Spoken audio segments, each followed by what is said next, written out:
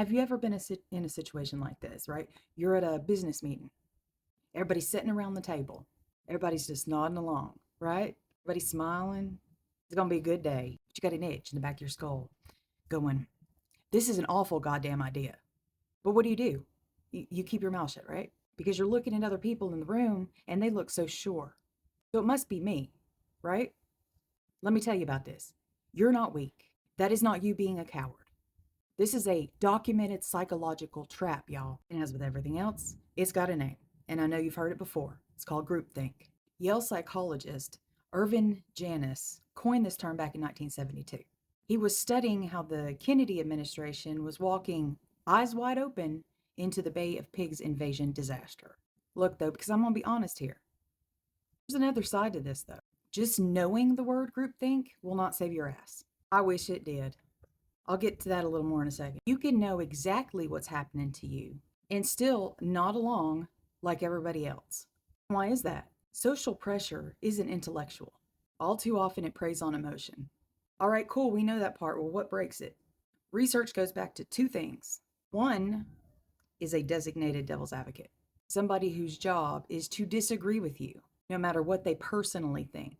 I talk about framing a lot, and here's where you have to reframe this. We hear this shit so much, especially on TikTok, where these creators are going at each other, especially in the political environment that we live in right now. I'm one of them, by the way. I'm a contributor.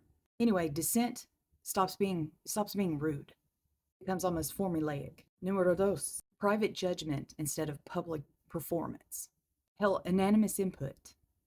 If you see my videos on panopticism, then this adds a second layer to it.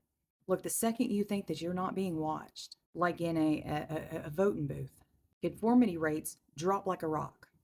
That makes sense, right? Here's something else that I want you to take away from this. You don't have to memorize these terms. These are structural.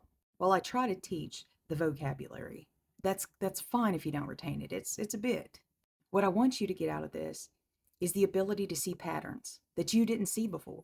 So when you run up against it, you'll be like, that sounds familiar. It makes people look more than once.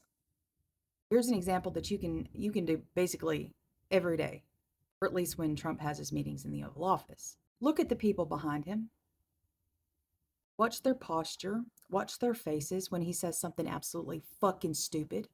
If you can, come back to this video and give me an assessment of what you think is going on, because there's a lot. Anyway, folks, let me know what you think in the comments. See you next video.